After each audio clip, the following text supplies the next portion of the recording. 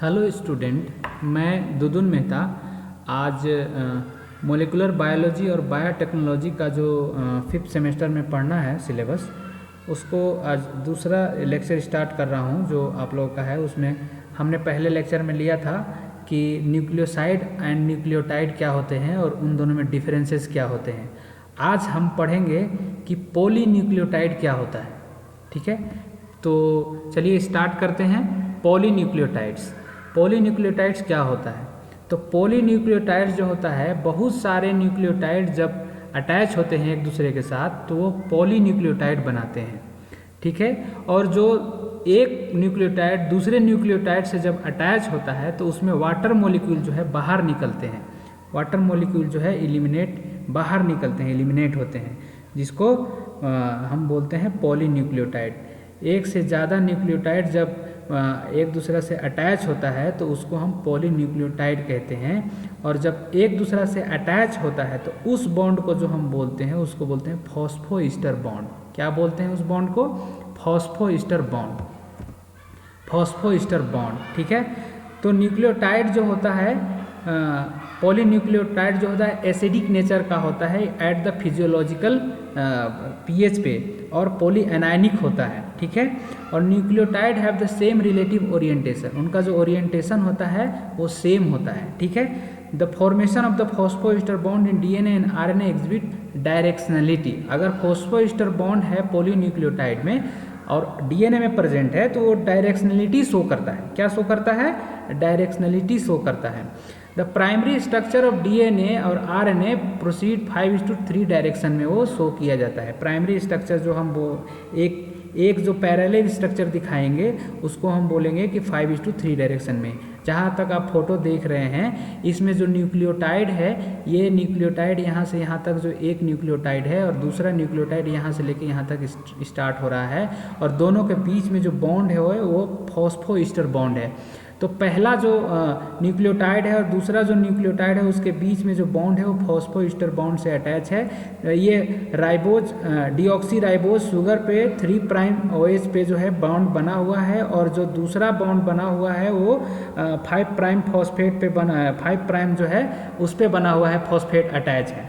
ठीक है, तो आपको समझ आ गया होगा कि जो पॉलीन्यूक्लियोटाइड होते हैं उसमें कई सारे न्यूक्लियोटाइड अटैच होते हैं फॉस्फोईस्टर बॉन्ड के थ्रू, और इसमें जो है वाटर मॉलिक्यूल बाहर निकलते हैं। ठीक है, पॉलीन्यूक्लियोटाइड में अगर हम सेकेंडरी स्ट्रक्चर ऑफ डीएनए को देखेंगे तो उसमें दो डीएनए का स्टैंड आपको दिखेगा। एक पैरेलल स्ट्रक्चर है जो 5 प्राइम टू 3 प्राइम स्टार्ट होता है, और दूसरा जो है 3 prime to 5 prime anti parallel start होता है। ठीक है, एडेनिन के साथ जो है थायमिन का जो है हाइड्रोजन बॉन्डिंग होता है, जो डबल हाइड्रोजन बॉन्डिंग यहाँ आप फिगर में देख सकते हैं, डबल हाइड्रोजन बॉन्डिंग है। और गुआनिन और साइटोसिन के बीच में है ट्रिपल हाइड्रोजन बॉन्डिंग होता है, जो आप फिगर में देख रहे हैं। इसी को अगर हम बड़ा करके देखेंगे तो थायमिन और एडेनिन के बीच में डबल हाइड्रोजन बॉन्डिंग यहाँ दिख रहा है आपको, और गुआनिन और साइटोसिन के बीच में ट्रिपल हाइड्रोजन बॉन्डिंग दिख रहा है। ठीक है, तो ये ट्रिपल हाइड्रोजन बॉन्डिंग होते हैं। और जब ये बॉन्डिंग एक दूसरे के साथ हो जाता है तो इस स्ट्रक्चर को हम secondary structure of the DNA बोलेंगे या न्यूक्लियोटाइड बोलेंगे। ठीक है, the order in which the nucleotide occur in a polynucleotide describe the primary structure. अगर पैरेलल स्ट्रक्चर है तो उसको हम प्राइमरी स्ट्रक्चर बोलेंगे। By the convention sequence of the nucleotide residues in the nucleic acid is written left to right. हम उसको किस form में लिखते हैं? लेफ्ट टू राइट फॉर्म में लिखते हैं, और 5 प्राइम टू 3 प्राइम एंड तक लिखते हैं। ठीक है, अगर इंट्रा चेन या इंटर चेन बेस पेयरिंग हो, कंप्लीमेंट्री बेस पेयरिंग हो न्यूक्लियोटाइड में, तो वह सेकेंडरी स्ट्रक्चर जो है शो करता है न्यूक्लिक एसिड में। ठीक है, अब हम देखते हैं कि न्यूक्लियोटाइड का जो हम डिस्कवरी हुआ तो पहली बार जो है चारग्राफ साहब ने एक रूल दिया। चारग्राफ ने क्या रूल दिया कि ये चारग्राफ के रूल के आधार पे ही डीएनए के स्ट्रक्चर को आगे जा करके अच्छे से डिस्कवरी किया जा मतलब पॉसिबल हो सका। तो पहला रूल उन्होंने क्या बताया? पहला रूल उन्होंने बताया कि डबल स्टैंड का जब डीएनए होगा तो उसमें गुआनिन और साइटोसिन का जो नंबर होगा वो बराबर होगा। ध्यान से सुनिए, गुआनिन और साइटोसिन का जो नंबर होगा वो बराबर होगा, एडेनिन और थाइमिन का जो नंबर होगा वो भी बराबर होगा। ठीक है। दूसरा रूल उन्होंने बोला कि composition of DNA varies from one species to another species. जो कंपोजिशन होगा डीएनए का वो एक स्पीसीज से दूसरे स्पीसीज में वेरी करेगा, एक जैसा नहीं रहता। इसके आधार पे 3 रूल इन्फर किए गए। पहला रूल इन्फर ये हुआ कि एडेनिन टू थाइमिन जो है, ratio of the adenine to thymine जो है 1 होगा, और ratio of guanine to cytosine जो है वो भी 1 होगा। अगर देखा जाए तो सम ऑफ द प्यूरिन, एडेनिन और गुआनिन का अगर सम किया जाए तो थाइमिन और साइटोसिन का भी सम जो है, पैरामिडिन का भी सम जो है हमको बराबर मिलेगा। ठीक है। द परसेंटेज ऑफ गुआनिन और साइटोसिन को अगर जोड़ दिया जाए और जितना परसेंटेज होगा उतना ही परसेंटेज जो है, नॉट नेसेसरीली, मतलब उतना ही परसेंटेज एडेनिन प्लस थाइमिन का नहीं हो सकता है। ये ज़रूरी नहीं है कि दोनों का परसेंटेज बराबर हो। तो चारग्राफ साहब ने जो रूल दिया वो पहला रूल ये है कि डबल स्टैंड के डीएनए में जो है गुआनिन का जितना नंबर होगा उतना ही नंबर किसका होगा, साइटोसिन का, और जितना नंबर एडेनिन का होगा उतना ही नंबर क्या होगा, थाइमिन का होगा। और दूसरा रूल उन्होंने क्या बताया कि composition of DNA varies from one species to another species. DNA का जो कंपोजिशन है एक स्पीसीज से दूसरे स्पीसीज में वेरी करता है। ठीक है। अब हम देखते हैं कि जो पेयरिंग पोटेंशियल होता है, मतलब कि हाइड्रोजन बॉन्डिंग का जो पेयरिंग पोटेंशियल होता है वो कॉमन फॉर्म में ये पाया जाता है। एडेनिन जो है हमेशा थाइमिन के साथ जो है हाइड्रोजन बॉन्डिंग शो करता है, जो कि आपको यहाँ दिख रहा है डबल हाइड्रोजन बॉन्ड। गुआनिन जो है ट्रिपल हाइड्रोजन बॉन्ड के साथ साइटोसिन के साथ हाइड्रोजन बॉन्डिंग शो करता है। थाइमिन जो है एडेनिन के साथ हाइड्रोजन बॉन्डिंग शो करता है। साइटोसिन जो है गुआनिन के साथ हाइड्रोजन बॉन्डिंग शो करता है। लेकिन चेंज द पेयरिंग पोटेंशियल, जो रेयर फॉर्म किसी डीएनए में, कहीं डीएनए पे जो रेयर फॉर्म भी प्रेजेंट होता है, जो इस प्रकार है। एडेनिन जो है साइटोसिन के साथ rare form of hydrogen bonding कर सकता है। गुआनिन जो है थाइमिन के साथ जो है हाइड्रोजन बॉन्डिंग रेयर फॉर्म कर सकता है। साइटोसिन जो है एडेनिन के साथ जो है हाइड्रोजन बॉन्डिंग कर सकता है। थाइमिन जो है गुआनिन के साथ जो है हाइड्रोजन बॉन्डिंग कर सकता है। तो ये रेयर फॉर्म है, ये जो कॉमन फॉर्म है। मोस्टली जो है इसी फॉर्म में प्रेजेंट होता है डीएनए में, लेकिन रेयर फॉर्म में कहीं ये भी प्रेजेंट होता है। डबल स्टैंड डीएनए फॉर्म में जो है 2 तरह के हाइड्रोजन बॉन्डिंग होते हैं। एक स्टैंडर्ड बेस पेयरिंग जिसको वाटसन क्रिक बेस पेयरिंग कहते हैं, दूसरा नॉन स्टैंडर्ड बेस पेयरिंग कहते हैं। ठीक है। Watson and Crick base pairing में गुआनिन जो है साइटोसिन के साथ ट्रिपल हाइड्रोजन बॉन्डिंग शो करता है। तो किस किस के बीच में करता है? गुआनिन का 6 नंबर का मॉलिक्यूल जो है साइटोसिन के 4 नंबर के मॉलिक्यूल के साथ हाइड्रोजन बॉन्डिंग शो करेगा। गुआनिन का 1st नंबर का मॉलिक्यूल जो है 3 नंबर ऑफ साइटोसिन के साथ हाइड्रोजन बॉन्डिंग शो करेगा।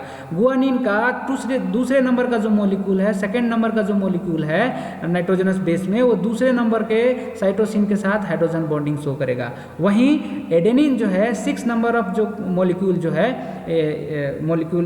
जो है वो थाइमिन के साथ 4 नंबर के मॉलिक्यूल के साथ एलिमेंट के साथ जो है हाइड्रोजन बॉन्डिंग शो करेगा। एडेनिन में 1st नंबर का मॉलिक्यूल जो है वो 3rd नंबर के मॉलिक्यूल के साथ हाइड्रोजन बॉन्डिंग शो करेगा। अब नॉन स्टैंडर्ड हाइड्रोजन बॉन्डिंग में, ठीक है, हुग-स्टीन हाइड्रोजन बॉन्डिंग शो किया जाता है, जो रेयर फॉर्म होता है। ठीक है। ये जो है 6 नंबर ऑफ मॉलिक्यूल के साथ 4 नंबर के थाइमिन के साथ जो है हाइड्रोजन बॉन्डिंग शो करेगा। एडेनिन में 7 नंबर ऑफ मॉलिक्यूल जो है वो 3 नंबर ऑफ मॉलिक्यूल के साथ जो है हाइड्रोजन बॉन्डिंग शो करेगा। यहाँ रिवर्स हुग-स्टीन हाइड्रोजन बॉन्डिंग शो होता है कुछ डीएनए में, जो 6 नंबर ऑफ एडेनिन के साथ जो है दूसरे नंबर ऑफ थाइमिन के साथ जो है हाइड्रोजन बॉन्डिंग शो करेगा। 7वें नंबर का जो एडेनिन का जो मॉलिक्यूल है वो तीसरे नंबर ऑफ थाइमिन के साथ जो है हाइड्रोजन बॉन्डिंग शो करेगा। गुआनिन के अब हम देखते हैं एक अलग रिवर्स हुग-स्टीन हाइड्रोजन बॉन्डिंग जो साइटोसिन और गुआनिन और साइटोसिन के बीच में भी प्रेजेंट होता है, जिसमें कि साइटोसिन जो है आयनिक फॉर्म में प्रेजेंट होता है। 6 नंबर का मॉलिक्यूल जो होता है यहाँ डबल ही हाइड्रोजन बॉन्डिंग होता है। आप देख रहे होंगे कि उधर जो होता है साइटोसिन और गुआनिन के बीच में ट्रिपल हाइड्रोजन बॉन्डिंग होता है, लेकिन रेयर केस में डबल हाइड्रोजन बॉन्डिंग ही यहाँ पे शो हो रहा है, जो कि 6 नंबर ऑफ मॉलिक्यूल जो होगा गुआनिन का और साइटोसिन का 4 नंबर ऑफ मॉलिक्यूल के साथ जो है हाइड्रोजन बॉन्डिंग शो करेगा। और 7 नंबर ऑफ मॉलिक्यूल जो है गुआनिन का जो है 3 नंबर ऑफ मॉलिक्यूल के साथ हाइड्रोजन बॉन्डिंग शो करेगा। तो इस तरह से आप समझ गए कि हाइड्रोजन बॉन्डिंग और बेस पेयरिंग जो होता है डीएनए में वो किस तरह का होता है। अब हम आगे समझते हैं कि डबल हेलिक्स मॉडल जो वाटसन एंड क्रिक ने दिया उसका उन्होंने क्या बताया। डबल हेलिक्स जो है वाटसन एंड क्रिक ने कब दिया, 1953 में। कब दिया, 1953 में। इसके लिए उन्हें नोबेल प्राइज दिया गया। किनको किनको दिया गया नोबेल प्राइज, वाटसन को, क्रिक को और विल्किंस को जो है 1962 में जो मेडिसिन में डीएनए के खोज के लिए जो है इनको नोबेल प्राइज दिया गया, जो एक बहुत बड़ा डिस्कवरी था डीएनए के स्ट्रक्चर के रिगार्डिंग। तो वाटसन एंड क्रिक ने जो डीएनए के फॉर्म को, स्ट्रक्चर को जो डिस्क्राइब किया वो बी फॉर्म ऑफ डीएनए था। किस फॉर्म में था DNA, B form of DNA था।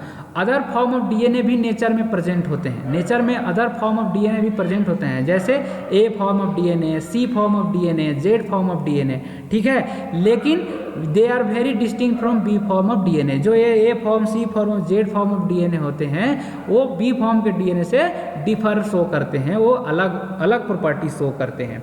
किस आधार पे अलग प्रॉपर्टी शो करते हैं, the form of that DNA would adopt depend on the several factor. जैसे हाइड्रेशन, द हाइड्रेशन लेवल क्या है, मीडियम का हाइड्रेशन लेवल क्या है, उसके आधार पे जो है वो अपना डीएनए का स्ट्रक्चर जो है अलग शो करते हैं। डीएनए का सीक्वेंस क्या है, सीक्वेंस के आधार पे भी डीएनए का स्ट्रक्चर जो है A form, B form, Z form, C form हो सकता है। Chemical modification of the bases, अगर किसी बेस पेयर का, नाइट्रोजनस बेस का अगर केमिकल मॉडिफिकेशन हो जाए तो वो भी डिफरेंट फॉर्म ऑफ डीएनए अपना नेचर शो करने लगेगा। और चौथा जो है type and concentration of metal ions in solution, अगर किसी सॉल्यूशन में डिफरेंट टाइप ऑफ मेटल हो जाए या कंसंट्रेशन ऑफ मेटल जो है चेंज हो जाए, तब भी वो डिफरेंट फॉर्म ऑफ डीएनए जो है शो करने लगता है, ठीक है। तो अगला जो है वाटसन एंड क्रिक ने जो बी फॉर्म ऑफ डीएनए का जो उन्होंने डिस्क्राइब किया कि क्या स्ट्रक्चर होता है और उसका जो प्रॉपर्टीज जो है क्या होता है, तो इस प्रकार है। टू लॉन्ग पॉलीन्यूक्लियोटाइड स्ट्रैंड जो है क्वाइल्ड होता है एक सेंट्रल एक्सिस के थ्रू, एक पैरेलल और दूसरा जो है एंटी पैरेलल। और किस फॉर्म में होता है, राइट हैंडेड हेलिक्स के फॉर्म में, राइट हैंडेड जो है एक दूसरे में रैप होता है, ठीक है। तो स्टैंड क्या होता है, एंटी पैरेलल और पैरेलल। पैरेलल जो होता है वो 5 प्राइम टू 3 प्राइम होता है डायरेक्शन में, और एंटी पैरेलल जो होता है 3 प्राइम टू 5 प्राइम डायरेक्शन में होता है। Stand interact by the hydrogen bond, आपको पहले ही मैं बता चुका हूँ कि इंटरेक्ट जो हाइड्रोजन, दो पैरेलल और एंटी पैरेलल जो डीएनए का स्ट्रक्चर है वो हाइड्रोजन बॉन्ड के थ्रू इंटरेक्ट होता है। आपको पहले भी पता है कि जी जो है सी के साथ, यानी ग्वानिन जो है साइटोसिन के साथ हाइड्रोजन बॉन्डिंग बनाएगा, और एडेनिन जो है थाइमिन के साथ हाइड्रोजन बॉन्डिंग शो करता है, स्टैंडर्ड हाइड्रोजन बॉन्डिंग जो है शो करता है। Angle of the interaction between base pair result in a minor and major group का जो है इंटरेक्शन करता है, मेजर एंड माइनर ग्रुप उसमें दिखते हैं। अभी हम आपको पिक्चर में दिखाएंगे कि मेजर ग्रुप और माइनर ग्रुप कहाँ बनते हैं, ठीक है। हेलिक्स का जो डायमीटर है 20 एंगस्ट्रॉम का होता है। हेलिक्स राइज पर बेस पेयर जो है 3.32 एंगस्ट्रॉम का होता है। पर बेस जो है राइज करता है वो कितने एंगस्ट्रॉम का होता है, 3.32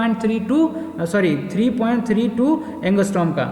हेलिक्स पिच जो होता है वो 33.32 एंगस्ट्रॉम का होता है। 360 डिग्री पे अगर देखा जाए तो 33.2 एंगस्ट्रॉम का होता है। और एक हेलिकल टर्न में कितना बेस पेयर होते हैं, तो 10.4 बेस पेयर जो होता है एक हेलिकल टर्न में होता है। अब base pair are inside of the molecule stack close to each other, एक साथ जो है इंटैक्ट होते हैं और क्लोज होते हैं, ठीक है। ये जो है आपको स्ट्रक्चर दिख रहा होगा, ये डायमीटर है 20 एंगस्ट्रॉम का डायमीटर जो आपको डीएनए का यहाँ से यहाँ तक दिख रहा है। ये माइनर ग्रुप है, ये माइनर ग्रुप स्ट्रक्चर है जो डीएनए में आपको दिख रहा है, और ये जो मेजर ग्रुप स्ट्रक्चर है वो आपको दिख रहा है। एक पिच जो होता है यहाँ से लेके यहाँ तक जो 360 डिग्री पे हो सकता है, वो जो है 33.2 एंगस्ट्रॉम का ये हेलिकल पिच है आपको दिख रहा है। और एक्सियल राइज जो होता है 3.32 एंगस्ट्रॉम का, ये जो हाथ